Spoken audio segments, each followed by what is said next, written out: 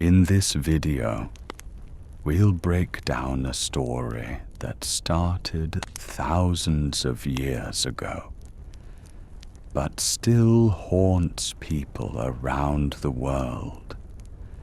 How did one of the most powerful civilizations in history emerge in the middle of the desert? Who really built the pyramids? And why? Why did people believe death was just the beginning of the journey and try to prepare for eternity? You'll hear how an ordinary river became the source of life, how men created gods, and how rulers became what they thought were immortals. It's a story of strength, faith, fear, and time.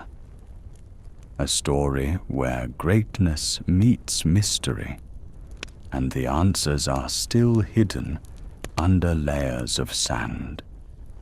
And maybe by the end, you'll realize that ancient Egypt is more than just the past.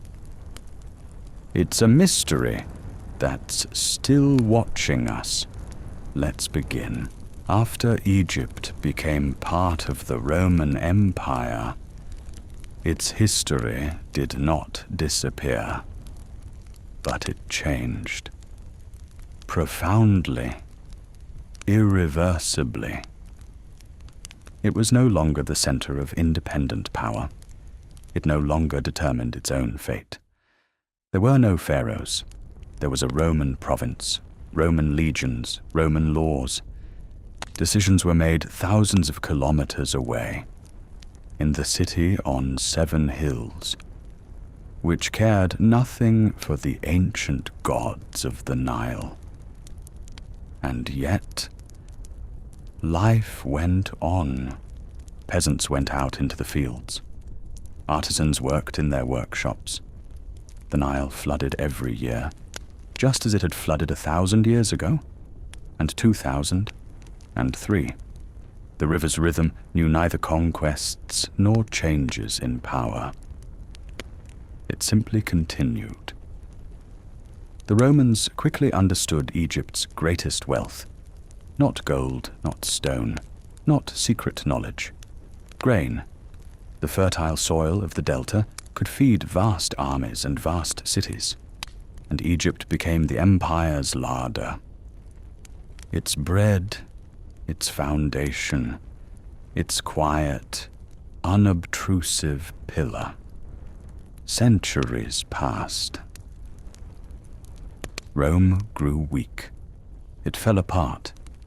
It turned into Byzantium, Christian, Greek, no longer at all like the republic that had once conquered the world. Egypt passed from hand to hand. The Arab conquests of the 7th century brought a new religion, a new language, a new culture. Then came the Fatimid Caliphate, the Ayyubids, the Mamluks, and the Ottoman Empire. Each era added its own layer. Everything changed. Language, faith, architecture, clothing, names. But beneath all these layers, beneath centuries of foreign rule and foreign gods, something remained that did not change. Stone. Temples, pyramids, statues, tombs, they stood. Silent, enormous, incomprehensible to most of those who lived near them. Some of the structures were dismantled for materials to build new ones. Some were buried in sand. Some turned to ruins. But they did not disappear. And along with the stone, meaning vanished. The hieroglyphs ceased to be read. The last priests who could decipher these signs departed, and took with them the key to millennia of recorded memory. the inscriptions on the temple walls turned into beautiful but incomprehensible patterns. An entire civilization, with its gods, its philosophy, its ideas about life and death, found itself locked in silence, and it seemed forever. Imagine that. Thousands of texts, prayers, historical records, medical treatises, mathematical calculations, hymns to the gods, love poetry. All of this existed, in stone, on papyrus, in inscriptions on tomb walls. All of this was written by people who thought, felt, loved, feared, and hoped. And all of this was silent for nearly 1,500 years. And then something amazing happened. In 1799, during Napoleon's Egyptian campaign, French soldiers, while digging fortifications near the city of Rosetta, stumbled upon a strange stone, dark, dense, covered in inscriptions. 3 languages. The same text, in Egyptian hieroglyphs, in Egyptian Demotic script, and in ancient Greek. They could read Greek. And that meant a key had appeared. Work began that would take decades. Linguists, mathematicians, and Orientalists, people across Europe grappled with this puzzle. And in 1822, the French scholar Jean-François Champollion announced a breakthrough. The hieroglyphs had been deciphered. Egypt spoke. After 1,000 years of silence, the voice of civilization returned. Texts that no one had understood began to reveal their secrets. Inscriptions on temples took on meaning. Papyri, stored in museums as beautiful artifacts, turned out to be filled with stories, prayers, philosophy, and everyday records. It was like a resurrection, and a new era began. The era of excavations. Scholars from all over Europe flocked to Egypt. They dug, measured, documented, and transported artifacts. Not always with care. It's only fair to admit that. Much was lost in the rush. Much was taken to foreign museums. Egyptology as a science had a painful birth, a mixture of sincere scientific interest and colonial greed. But the discoveries, they were genuine. And one of them shook the entire world. November 4th, 1922. The Valley of the Kings. British archaeologist Howard Carter notices a step barely protruding from the sand. They begin to dig. The step turns out to be the first of 16, leading down to a sealed door. Behind the door, a tomb, almost untouched, the tomb of a young pharaoh who died at the age of 19 and was almost forgotten by history. Tutankhamun. Carter drilled a small hole in the door and held up a candle. His colleague asked, "Do you see anything?" Carter replied with just one word. "Yes. Amazing things. Gold, statues, jewelry, furniture, chariots. Everything in the same condition as when it was placed there 3,000 years ago. A tomb that the robbers never found. Time that never managed to reach its contents." This discovery changed our understanding of ancient Egypt.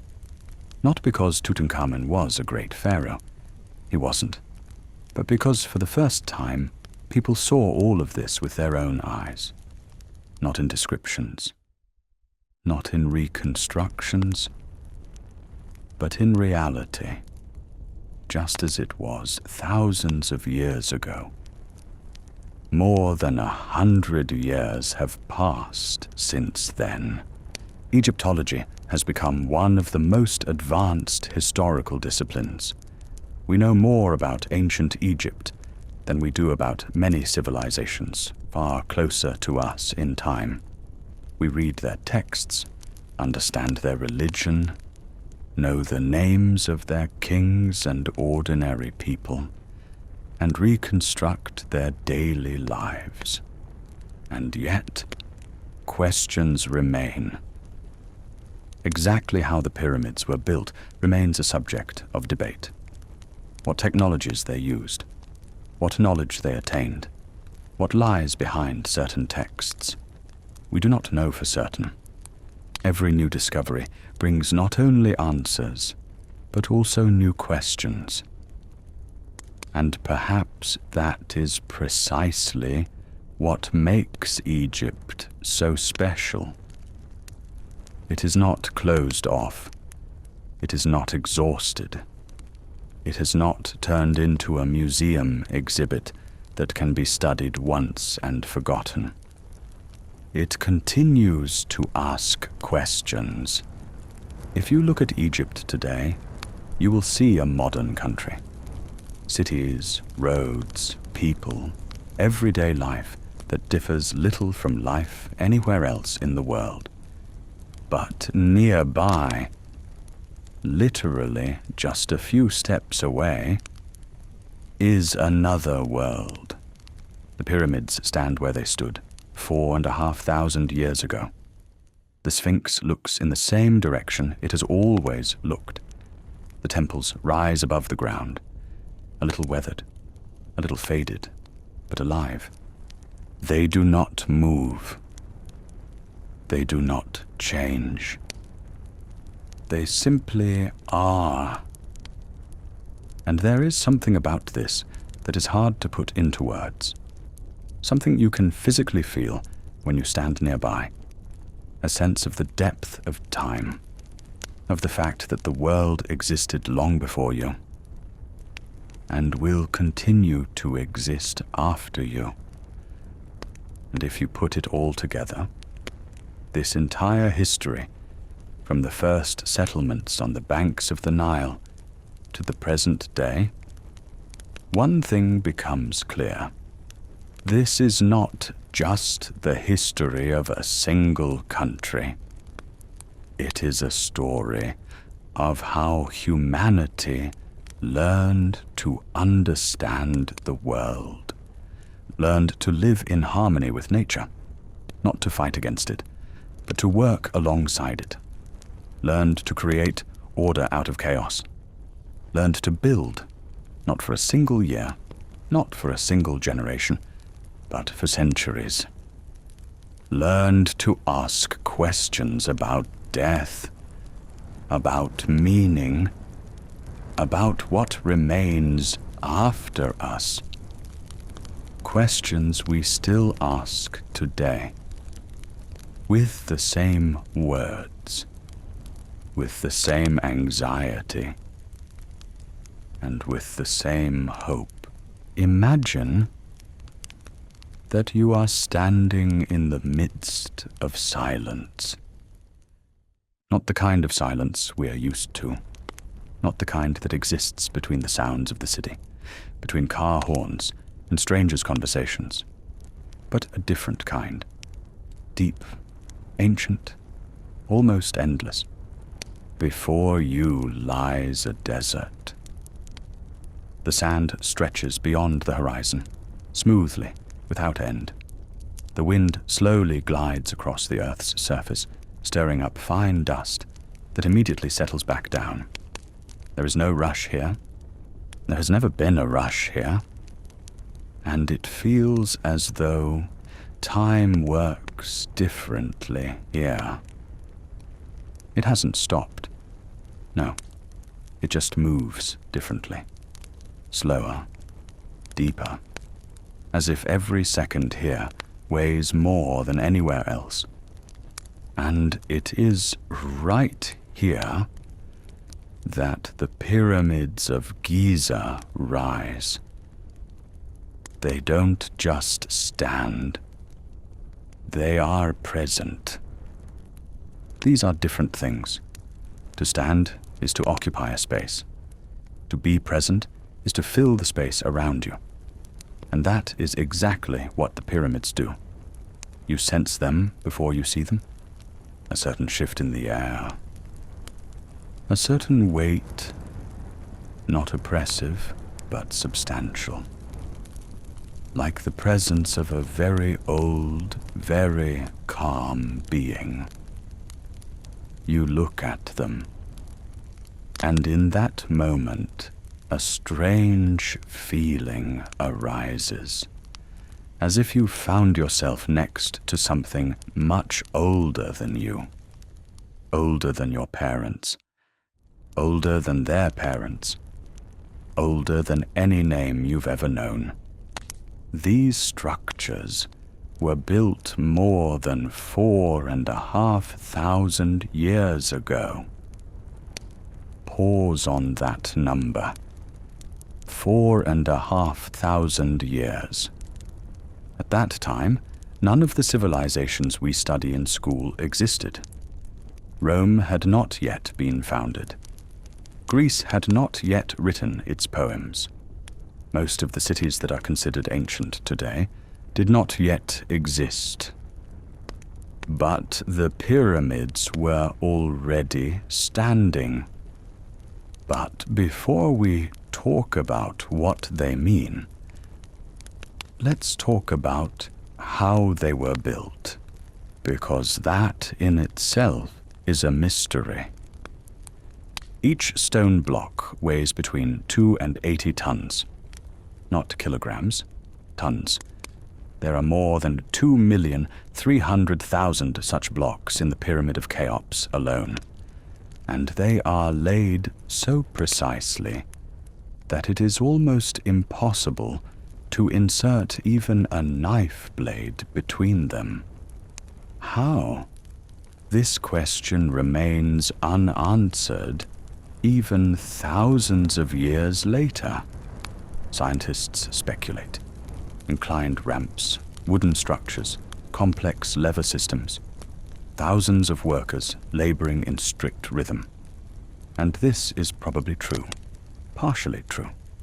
But the more we learn, the more we realize. It's not that simple. Because it's not just about how they built it. It's about the precision with which they did it. The Pyramid of Cheops is oriented to the cardinal directions with a deviation of less than 1/10 of a degree. This is more precise than many modern structures built with the aid of laser measuring instruments. Some of the internal shafts are aligned precisely with specific stars, with Orion, with the North Star of that era, as if the pyramid were created not only as a building, but also as an instrument, as a message directed upward toward the sky. To whom? We do not know. When you go inside, if you imagine yourself there, everything changes. From the outside, the pyramid is enormous, almost abstract in its scale. But inside, it is completely different. Narrow corridors, low ceilings, air that feels old, as if no one has touched it for centuries. Every step you take sounds hollow and echoes back to you. You walk upward, along a long sloping passage, and the walls around you close in. The light of a torch, if you can imagine a torch, flickers, casting shadows that move as if alive. And a strange sensation arises. That you're not just in a building. that you're inside someone's thought, someone's design. Someone thought about this space. Someone decided there would be a passage here, a chamber here, a niche here. And that decision has survived to this day, 4,500 years later, deep inside the burial chamber, empty, a large granite sarcophagus, no decorations, no inscriptions, just stone, silence, and the feeling that you are at the very heart of something very grand. You can stop here, just stand, and feel, not fear, not anxiety, something else, something akin to reverence. The ancient Egyptians believed that life does not end with death, that after it a journey begins, long, peaceful, into a world where the soul continues to exist, where everything that was lived here is preserved there. They called it Duat, the world of the dead. But this word does not carry the gloom we've grown accustomed to, associating with the concept of death. For them, it was a continuation, the next chapter. And the pyramids, perhaps, were exactly that. Not merely a place of rest, but a passage, a bridge between worlds. They were built for the pharaohs, rulers who were considered gods on earth, living incarnations of Ra, the son of the sun, the guardian of order. And when a pharaoh died, he did not simply depart. He returned to the gods. One such pharaoh was Khufu. His pyramid is the largest of the three. Its height was originally nearly 150 meters. For nearly 4,000 years, it remained the tallest structure ever built by human hands. But when you look at it, you don't think about records. You think about time, about how many people worked on it, how many sunrises they saw, waking up on the construction site, how many times they lifted heavy stones, wiped away sweat, and looked up at what was growing slowly, almost imperceptibly, day after day. It wasn't quick work. It was something slow, almost eternal, labor that stretched over decades. Every stone is someone's movement, someone's effort, someone's life. And all of this to create something that will outlive the centuries. Sometimes it seems that the pyramids are not so much about death as they are about the desire to remain, to leave a mark, to say to the future, to all of us standing here millennia later, we were here, we thought, we built, we believed in something greater than a single human lifetime. And they remained, while empires vanished, while cities that seemed eternal crumbled to dust, while languages, borders, and the names of gods changed. The pyramids stood. At night, everything changes. The desert cools quickly. As the sun sets, the warmth fades, and the heat gives way to a coolness that is almost sharp. The wind grows gentler. Stars appear above the horizon, at first timidly, then brighter and brighter. And now the sky overhead is alive, dense and endless. You can't see a sky like this from the cities. Too much light, too much noise. But here, in the desert, near the pyramids, the sky is just as those who built these structures saw it. The same stars, the same constellations, and Orion's belt, 3 stars arranged almost exactly like the 3 great pyramids of Giza. Coincidence?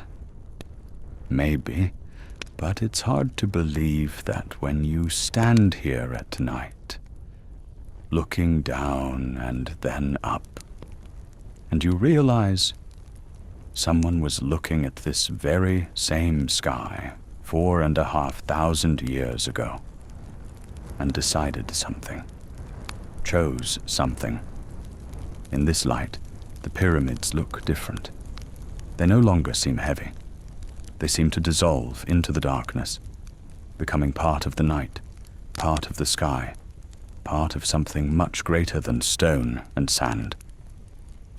And then a feeling arises that these structures were created not only for the earth, that they are points, places where the visible and the invisible intersect. Thousands of years have passed. Empires rose and fell. People came and went.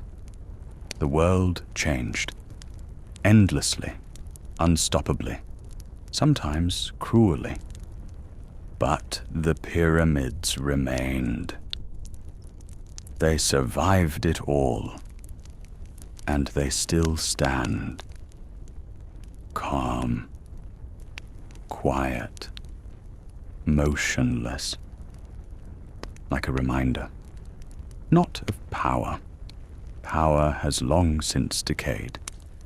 Not of wealth, it has long since dissipated, but of something else, that a person is capable of something greater than a single day lived, that within us lives a desire to create something that will remain, that will outlive us, that will stand when we are no longer here.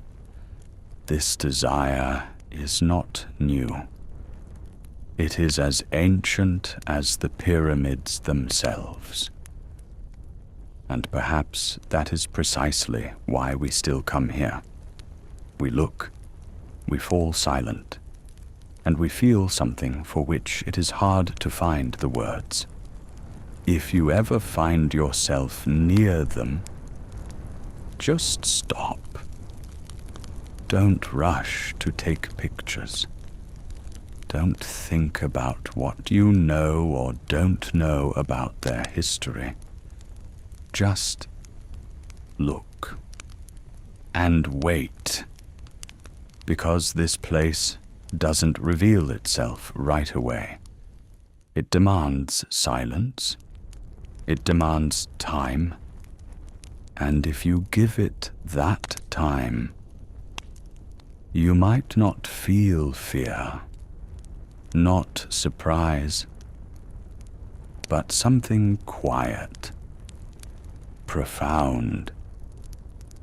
The feeling that what stands before you is not just a stone, but a part of history that is still alive, that remembers, and that continues to wait.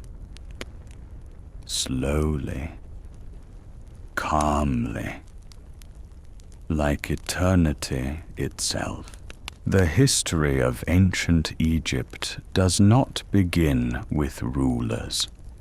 It does not begin with wars, with conquests, with the rise of dynasties or the fall of empires.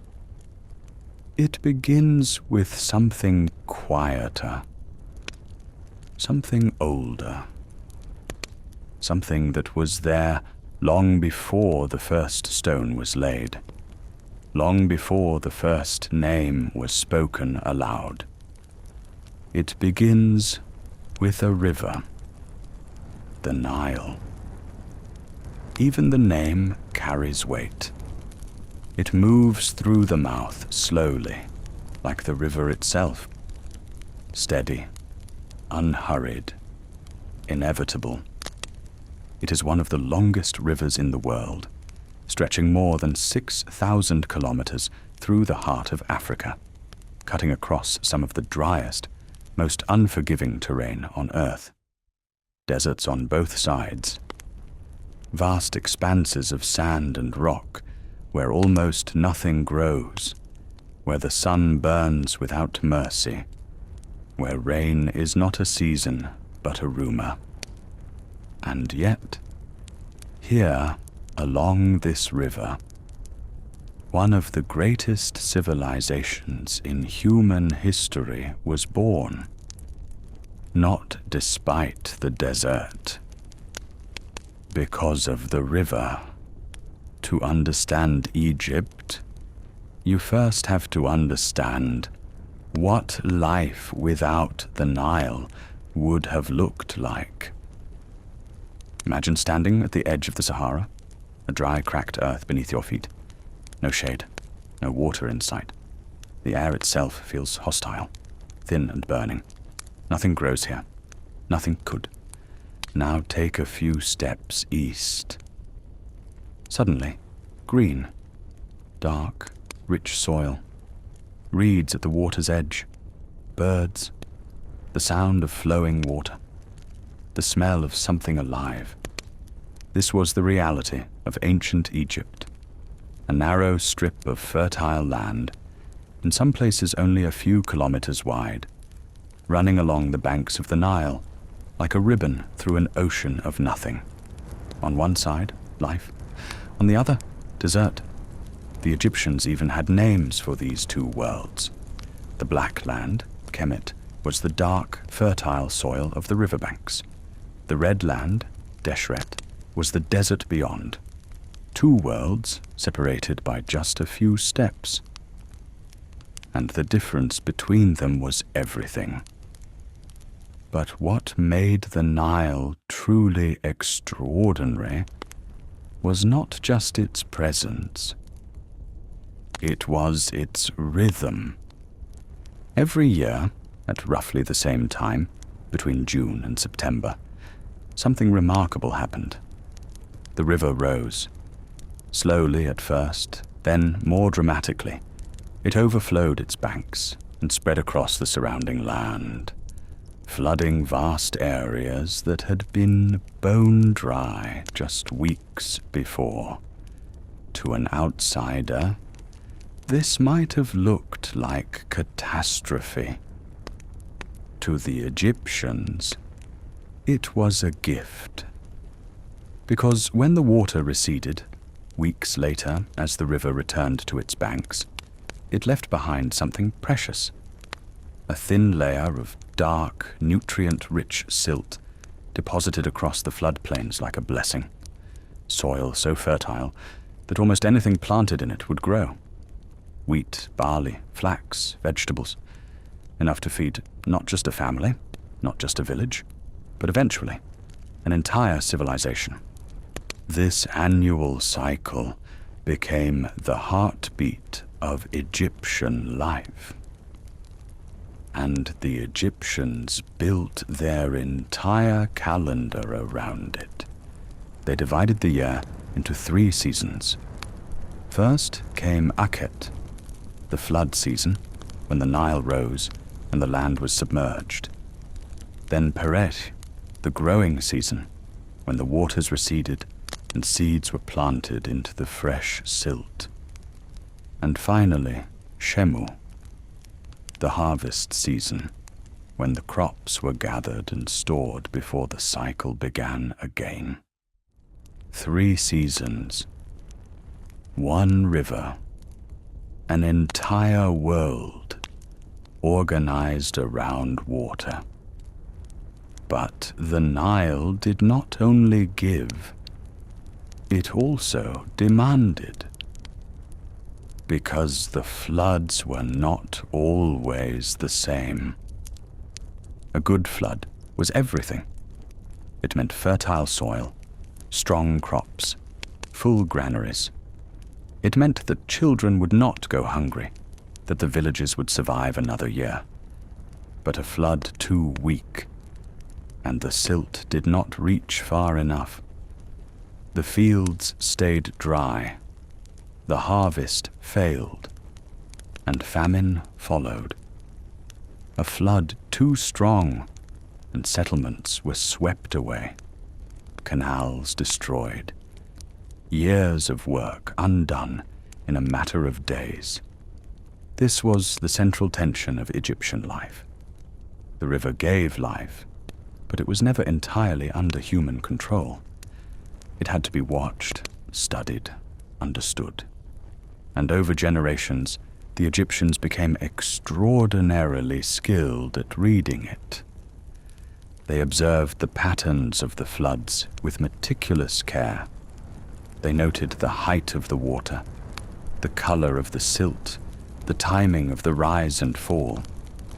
They built structures called nilometers, simple but precise instruments carved into the river banks or into stone to measure the water level and predict what the coming season would bring. This was science in its most ancient and practical form. Knowledge born not from curiosity alone, but from necessity. Over time, people learned not just to observe the Nile, but to work with it. They began building irrigation systems, canals, reservoirs, dikes, that allowed them to direct the floodwaters to fields that might otherwise remain dry, to store water for the dry months, to extend the reach of the river's generosity beyond its natural limits. This was a profound step forward, because irrigation is not a solitary activity. You cannot build a canal alone. You cannot maintain a system of reservoirs with a single pair of hands. It requires coordination, organization, decisions about who works where, who receives water, how resources are shared. In other words, it requires community. It requires leadership. It requires something that begins to look, slowly and inevitably, like governance. And so, as the irrigation systems grew more complex, so did Egyptian society. Settlements grew. Small communities merged into larger ones. Leaders emerged. First, perhaps just to manage the canals, then to resolve disputes, then to organize labor, then to collect and redistribute food. The river, in this way, did not just feed Egypt. It shaped it. It created the conditions in which complex society could form. It demanded cooperation, and from that cooperation, civilization grew. Along the banks of the Nile, two distinct regions began to emerge. Upper Egypt, in the south, along the narrow valley where the river runs between cliffs and hills, and Lower Egypt, in the north, where the Nile fans out into a broad, flat delta before reaching the sea. These two regions were different in character, different in landscape, in culture, in the way people lived. Upper Egypt was defined by the narrow valley, by the closeness of the desert, by a certain austerity. Lower Egypt was wider, more open, shaped by the spreading branches of the delta, by proximity to the sea and to trade. Each had its own symbols, its own rulers, its own identity, and yet both shared the same foundation, the Nile. But the river was never only practical. For the ancient Egyptians, the Nile was sacred. How could it not be? It arrived every year, reliably, life-giving, like clockwork, in a world where so much was uncertain, where disease and drought and death could come without warning. The flood was not random. It was regular, predictable, almost impossibly consistent. To the Egyptians, this regularity was not just convenient. It was evidence of something divine.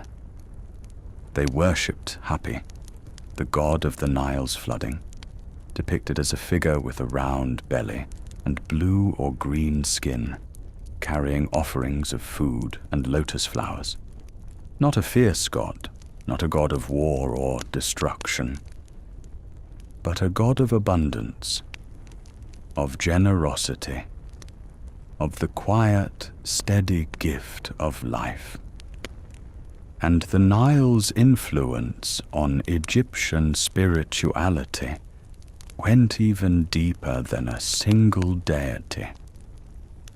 It shaped the way Egyptians understood the world itself, unlike many ancient civilizations, which saw nature as unpredictable and threatening, as something to be feared and appeased.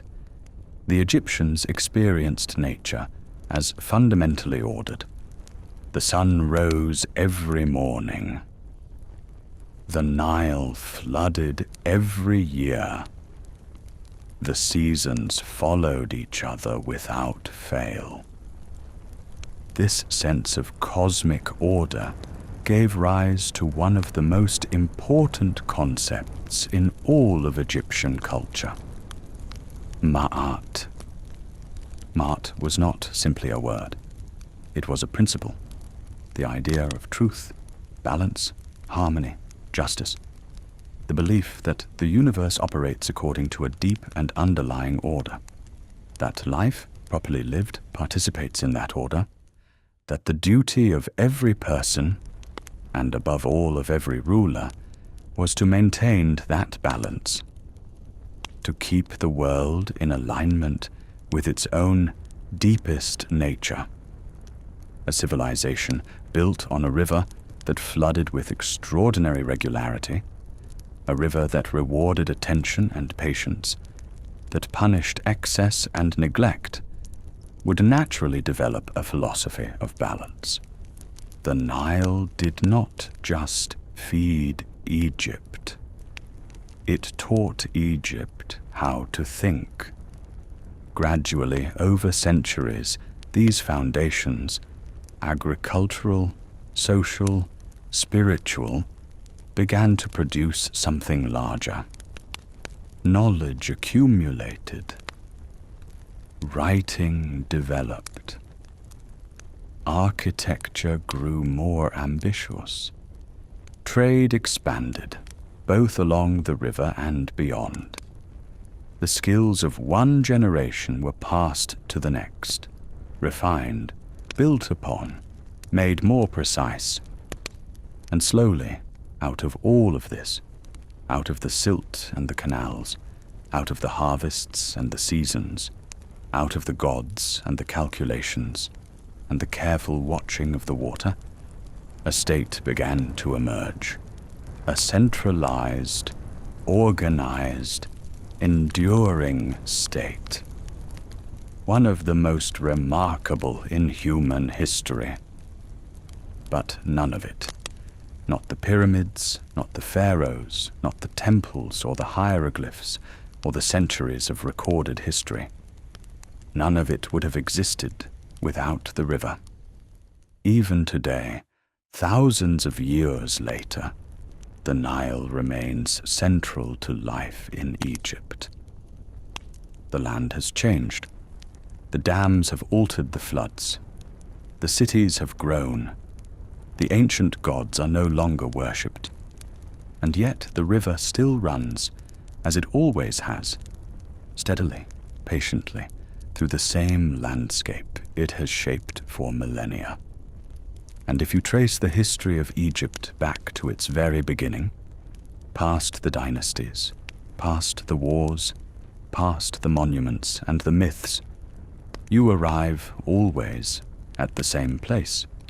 The water's edge. A strip of dark, fertile earth. And people learning to live with a river. Slowly, carefully, following its rhythm. And it was precisely this rhythm, quiet, steady, ancient, that marked the beginning of a great history. As settlements along the Nile grew and became more established, new questions arose. How should water be divided among neighboring villages? Who decides where to build a canal? Who is responsible for storing grain during a famine? Who has the final say when two parties cannot agree? Life along the river required more than just labor. It required order. And so, slowly, out of necessity, authority began to take shape. Originally, the territory of Egypt was divided into many small regions. Nomes. Each lived in its own way, its own ruler, its own traditions, its own gods, and its own history. Small, almost independent worlds, separated by distance and custom. But the river connected them all. And gradually, what connects begins to unite. The process of unification began. First, neighboring nomes, then entire regions, and ultimately two major entities emerged: Upper Egypt in the south, in the narrow river valley, and Lower Egypt in the north, where the Nile branches out and spreads into a wide delta before the sea. Two worlds, two characters, two symbols. The white crown, Upper Egypt; the red crown, Lower Egypt. And the key moment in history was what happened around 3,000 years before our era: unification. Traditionally, it is associated with the name of the ruler, Narmer, one of the first pharaohs whose name has come down to us. On the famous Narmer palette, a flat stone slab considered one of the oldest historical documents. The ruler is depicted holding power over both kingdoms in his hand. Two became one. And from that moment on, the history of a unified Egyptian state began. At the head of this state stood the pharaoh. But before discussing what this word means, it is worth pausing to consider what it is not. The pharaoh was not merely a king, not merely a military leader, not merely an administrator who collected taxes and made decisions. The pharaoh was a god, a living god, a god who walked the earth, the incarnation of Horus, the falcon-headed patron of royal power, and after death, the incarnation of Osiris, lord of the underworld. This was no exaggeration and no political rhetoric. It was a literal belief. The Egyptians believed in this just as they believed in the flooding of the Nile, just as they believed in the rising of the sun, just as they believed that life continues after death. And this belief changed everything, because if the ruler is a god, then his command is not just a law, it is a continuation of the cosmic order. Submission to him is not humiliation, but participation in something sacred. In Egyptian culture, there was a concept that stood at the very center of everything. Ma'at. This word is translated in various ways. Truth, justice, harmony, order. But no single translation captures it fully. Ma'at is a principle. The idea that the universe is ordered correctly, that there is balance within it, and that the task of humanity, and above all the pharaoh, is to maintain this balance. If Ma'at is preserved, the Nile floods on time, the harvest ripens, the country prospers, heaven and earth remain in harmony. If Ma'at is disrupted, chaos ensues, drought, famine, war, disease. And the pharaoh is the one who stands between these two states. Every day, with every action he takes, he doesn't just rule the country. He keeps the world from falling apart. This is a tremendous responsibility, and the Egyptians took it very seriously. But, and this is important, the pharaoh did not rule alone. For all his divinity, for all his sacred authority, he needed people who would translate his will into concrete actions. The key figure was the vizier, the highest official of the state, second only to the pharaoh. He controlled everything: the judicial system, construction, taxation, and the distribution of resources.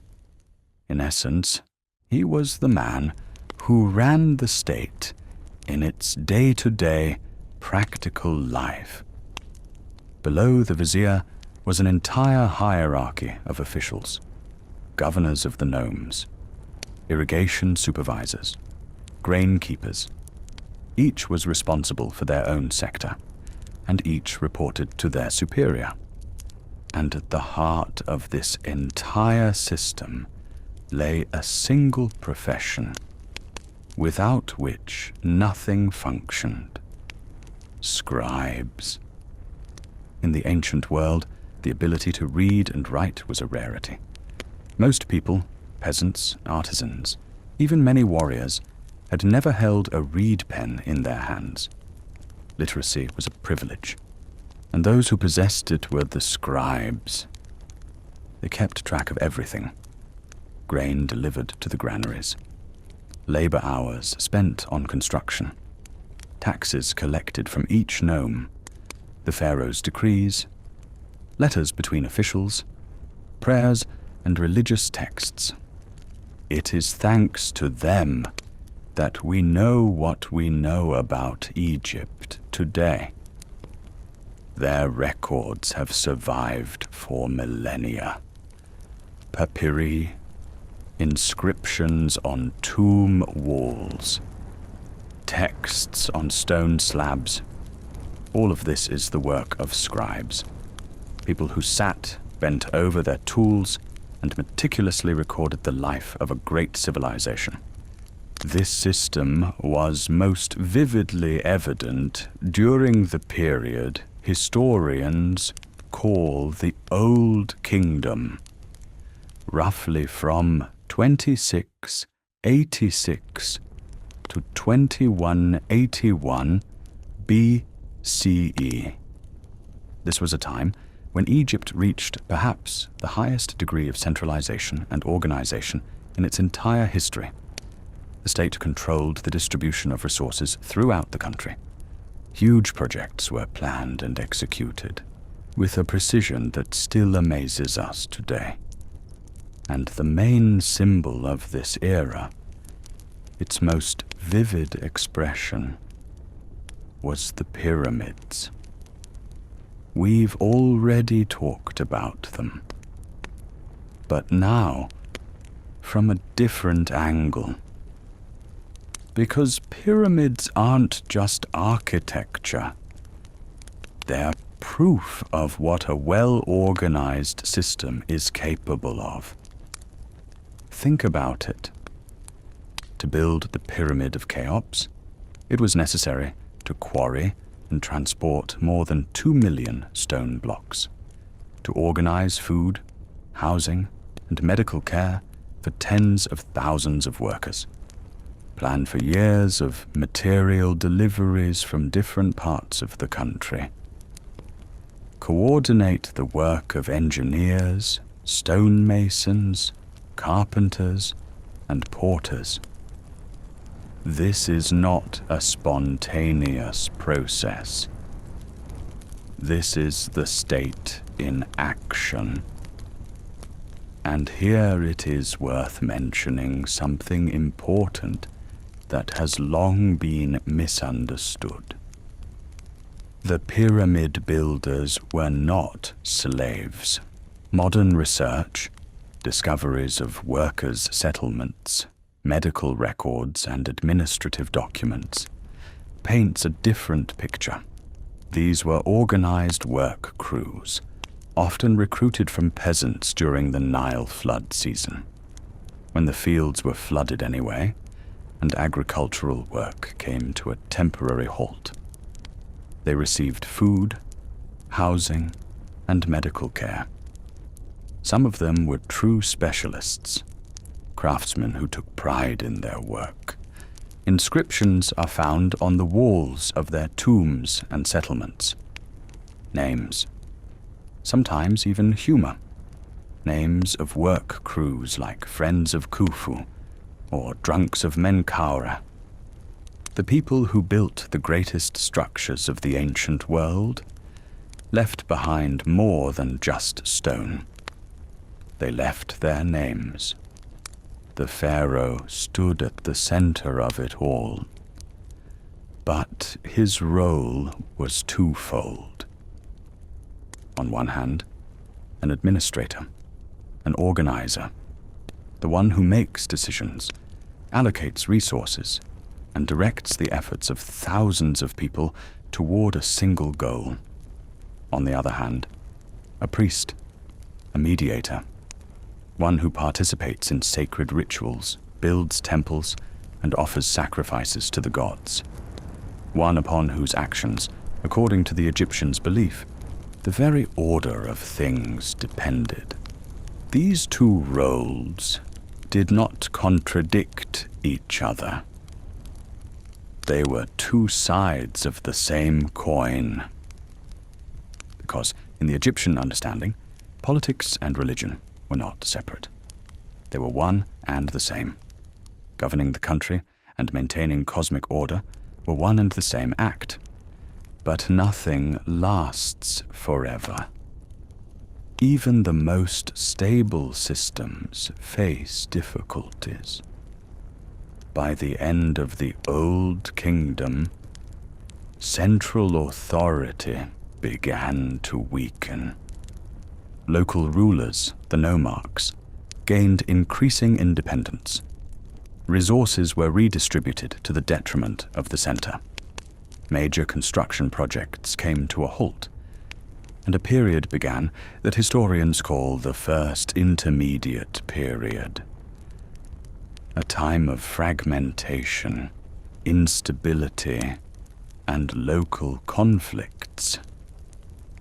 It would seem that the system had collapsed, but it did not collapse, because the idea proved stronger than the circumstances. The idea of Maat, the idea of unity, the idea of the pharaoh as the center of order. It survived the political crisis. It was preserved in memory, in texts, in the beliefs of the people. And Egypt was united again, first during the Middle Kingdom, then during the New Kingdom, which gave the world rulers such as Thutmose, Hatshepsut, and Ramses, each in their own way, each in their own time, but all of them relied on the same foundation: the pharaoh, the center of order, the link between heaven and earth, the guarantor of harmony. And if you look at this entire system as a whole, something important becomes clear. Egypt lasted so long not because it was a conqueror, not because it was the richest or the most brutal, not because it was simply lucky. Egypt lasted so long because it was well organized, because it had a structure capable of regenerating itself, an idea capable of weathering crises, a system in which every element knew its place, from the scribe keeping track of the grain to the pharaoh performing the dawn ritual. It was not just a country. It was a model of the world. A world in which there is order, in which there is meaning, in which every action, from the smallest to the greatest, is part of something greater. And at the center of this model stood the pharaoh, not just as a ruler, but as a symbol of the fact that order is possible, that harmony is attainable, that human society is capable of existing, not in chaos, but in balance, slowly, steadily, following a rhythm that began on the banks of the river and continued for millennia. There is a question that humanity has been asking itself since the very beginning, ever since we first became capable of asking questions. What happens after death? Different civilizations have answered this question in different ways. Some said, nothing, darkness, the end. Others believed in rebirth, in return, in an endless cycle. Still others imagined the afterlife as a pale shadow of the earthly world. Grey, joyless, hardly worth striving for. But the ancient Egyptians answered differently. They said, death is not the end. It is a transition.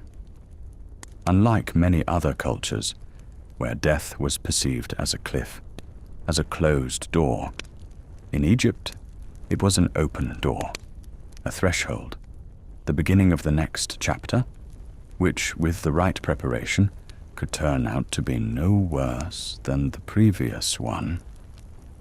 But only with the right preparation. Because the Egyptians believed the transition to the afterlife is not something that happens on its own. It is a path that must be traversed, and one for which one must prepare in advance, thoroughly. Sometimes a lifetime.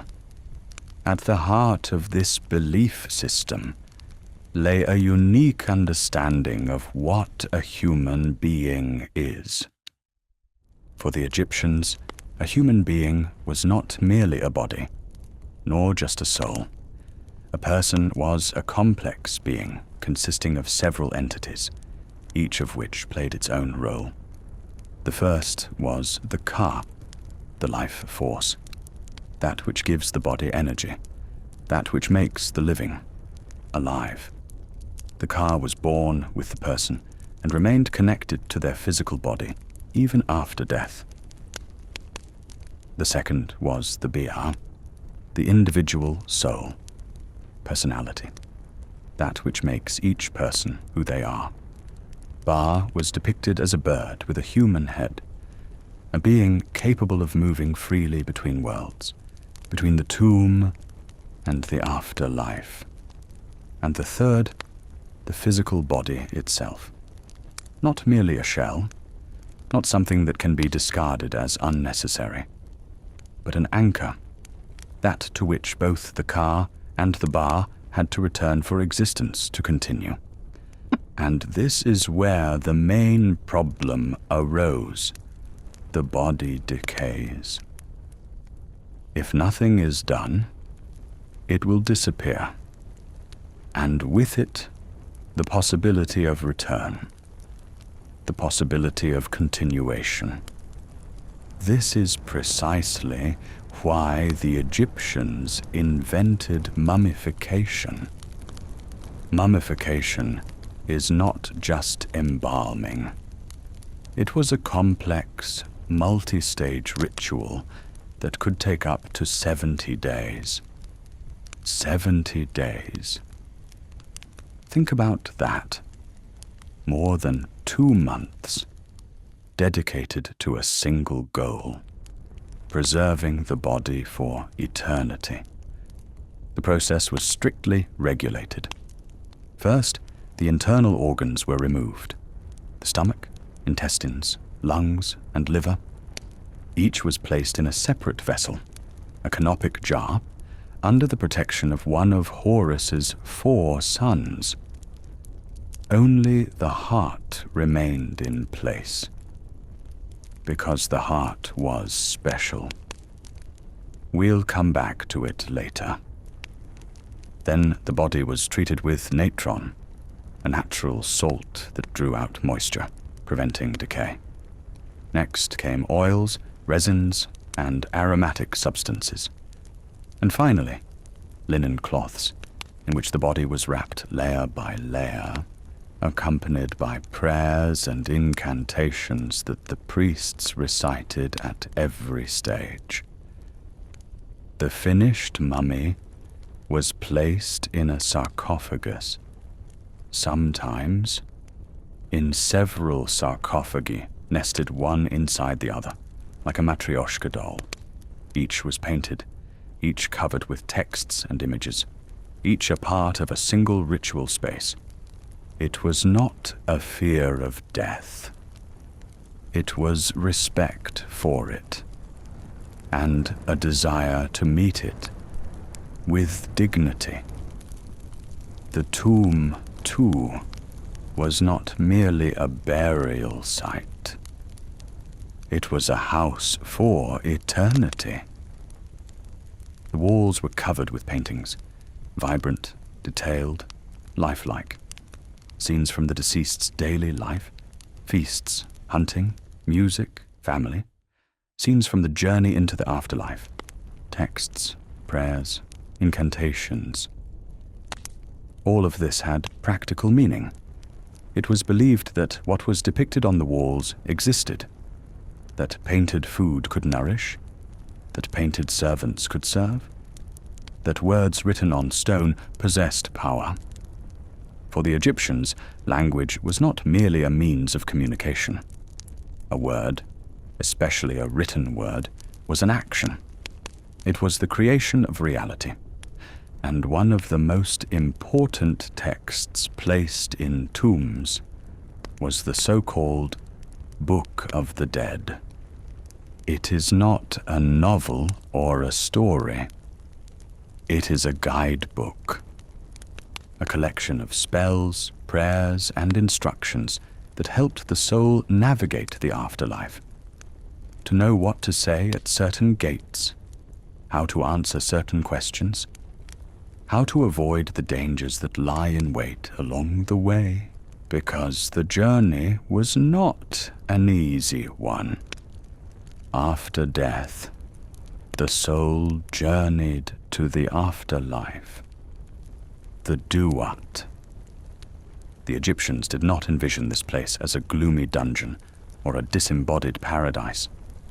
It was a world, real, concrete, and described in detail, with rivers and fields, with gates and guards, with dangers and beauty, and at the end of this journey, judgment, the hall of two truths.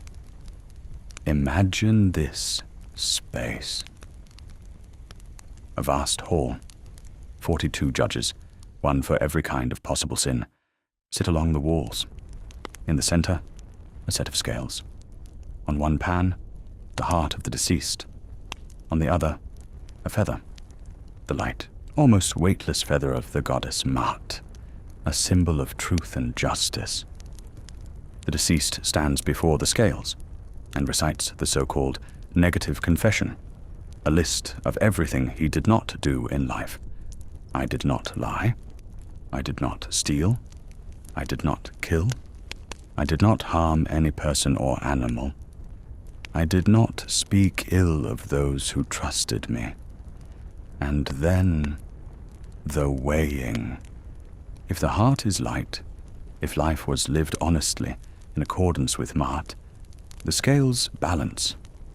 Osiris, Lord of the afterlife, pronounces the verdict, and the soul is granted the right to continue, to exist in a world where there is no suffering, where there are fields bathed in light, where one can see again those whom one loved. But if the heart is heavier than a feather, if it is weighed down by lies, cruelty, injustice, the verdict is different. Standing beside the scales is the monster Amat, a creature with the head of a crocodile, the body of a lion, and the hind legs of a hippopotamus. And it devours the heart. Not the torments of the afterlife, not eternal punishment. Something worse, complete annihilation, final death, from which there is no return. This belief system was not abstract theology. It was practical ethics. Because if your heart ever ends up on the scales, you think about what you put into it, every day, with every action. The Egyptians strove to avoid injustice, not because they feared earthly punishment, though that existed as well, but because they knew every action leaves a mark, and that mark will one day be weighed. Belief in the afterlife judgment shaped the ethical system of the entire society. According to the Egyptians, the deceased needed the same things in the afterlife as they did in life: food, clothing, tools, jewelry, objects that were dear to them in life. That is why tombs were filled with objects. Sometimes hundreds, thousands of items: pottery and jewelry, weapons and musical instruments, games and cosmetics, and also ushabti, small figurines of servants made of stone, faience, or wood. According to belief, if the deceased were summoned to perform some task in the afterlife, the ushabti would step forward in their place and say, "Here I am, I will do it." In some tombs, hundreds of such figurines were found, one for each day of the year, or even more. This is not superstition. It is care. Care to ensure that the next life is no worse than the previous one. Over time, burial practices changed. In the Old Kingdom era, pyramids, huge, visible from miles away, reaching toward the sky. During the New Kingdom, the pharaohs abandoned the pyramids and began building hidden tombs carved into the rock, in a place we now call the Valley of the Kings. The reason is simple. pyramids are too conspicuous, too easy to find, too easy to rob. The form changed, but the idea remained. Death as a transition, the body as an anchor, the afterlife as a continuation. And if we look at Egyptian civilization as a whole, something important becomes clear. Most of what remains of it is connected to death. Pyramids, tombs, mummies, preparation for the afterlife, papyri with texts, guidebooks for the dead, figurines, sarcophagi, murals on tomb walls. Egypt built for eternity, not only because they knew how to build solidly, but because they believed eternity exists and one can prepare for it. In this sense, their attitude toward death was, paradoxically, very life-affirming. They did not turn away from death. They looked it in the face. They studied it. They prepared for it. And in doing so, they stripped it of its power over them. The history of Egypt is not merely a history of life. It is the history of people who decided that life does not end, who devoted immense resources, immense labor, and immense intellect to ensuring that death would not have the final say. And perhaps this is one of the secrets of their remarkable resilience. A civilization that is not afraid of the end builds differently, thinks differently, lives differently. It builds not for yours, not for centuries, for eternity. Not always as a result of a catastrophe, not always from a single blow. More often than not, slowly, gradually, like a light that doesn't go out abruptly, but fades quietly, at first barely noticeable, then increasingly obvious, until darkness finally sets in. That is exactly how the history of ancient Egypt came to an end. Not in a single day, not from a single battle, but over the course of centuries. A slow, unstoppable fading. By the middle of the first millennium BCE, Egypt already had 3,000 years of history behind it. 3,000 years. By comparison, that is how much time separates us from the beginning of the Iron Age. From the first Greek city-states, from Homer. That is not just a long time.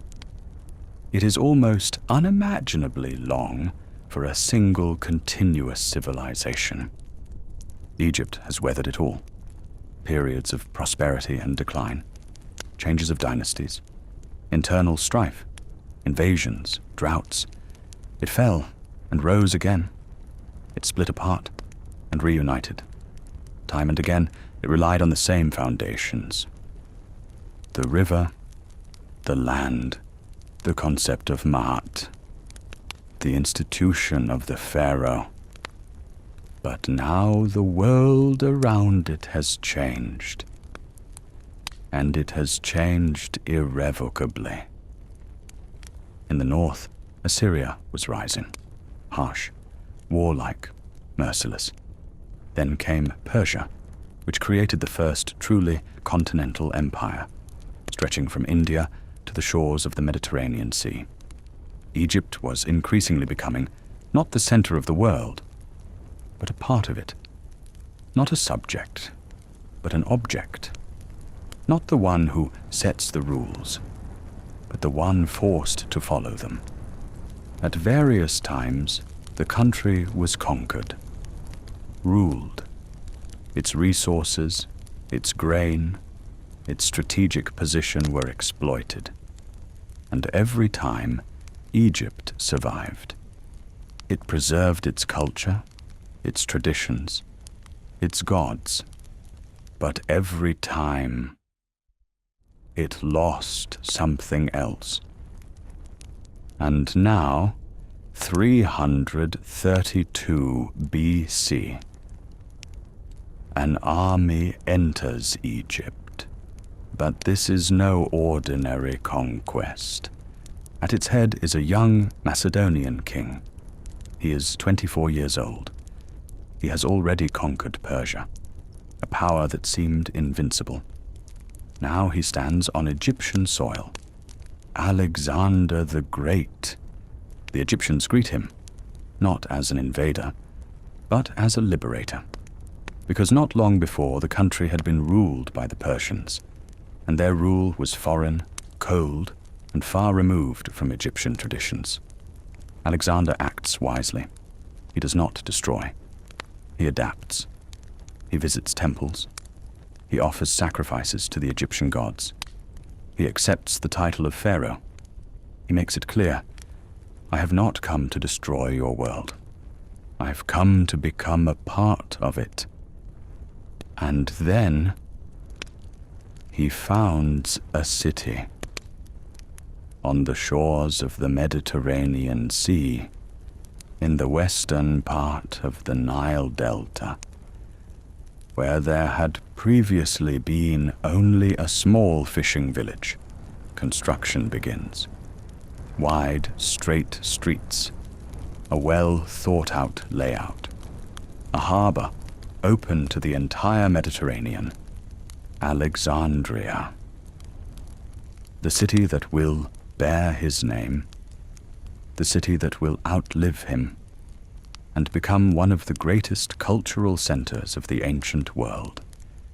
But Alexander himself will hardly stay in Egypt. New campaigns await him. Persia, India, endless forward movement. He would die young, in Babylon in 323, before reaching the age of 33. And his vast empire, having no heir to whom it could be passed on, would begin to fall apart, just as everything that depends on a single person falls apart. Egypt goes to one of his generals. Ptolemy, smart, cautious, far-sighted. He doesn't try to conquer the whole world. He chooses Egypt, and does so deliberately, because he understands. This is a rich, stable, unique land, and if ruled correctly, it can become the foundation for something great. Thus begins the Ptolemaic era, a Greek dynasty on the Egyptian throne. Rulers who speak Greek in their palaces, but wear the double crown of the pharaohs, who build temples to Egyptian gods, but surround themselves with Greek philosophers and scholars, who exist simultaneously in two worlds. And from this union, something amazing is born. Alexandria flourishes. Here, the Museion is built, the prototype of the modern university. A place where scholars, philosophers, poets, and mathematicians live and work. Where ideas are discussed, experiments are conducted, and treatises are written. And here, too, the library. The great library of Alexandria. According to its founder's vision, it was meant to gather all the knowledge of the world, all books, all scrolls, all texts, in every language, It is said that every ship entering the harbor of Alexandria was required to provide its manuscripts for copying. People worked here whose names we still know today. Eratosthenes, who calculated the circumference of the earth with astonishing precision, using nothing but a stick and his powers of observation. Euclid, whose geometry is still taught in schools today. Archimedes, who may have come here to study. Egypt became a center of thought, a crossroads of civilizations, a place where East and West, the ancient and the new, the mystical and the rational met. It was a golden age. But a golden age is always a harbinger of autumn. In the West, Rome was rising. First a republic, then an empire that methodically absorbed the entire Mediterranean. Carthage, Greece, Asia Minor. One after another, lands that seemed independent became Roman provinces. Egypt was too rich to be ignored, too strategically important, too tempting. And the Ptolemies understood this. They played both sides. They formed alliances. They exploited the rivalries among Roman politicians. They tried to preserve their independence through diplomacy, because in a military confrontation with Rome, they stood no chance. And in this game, the final piece was a woman.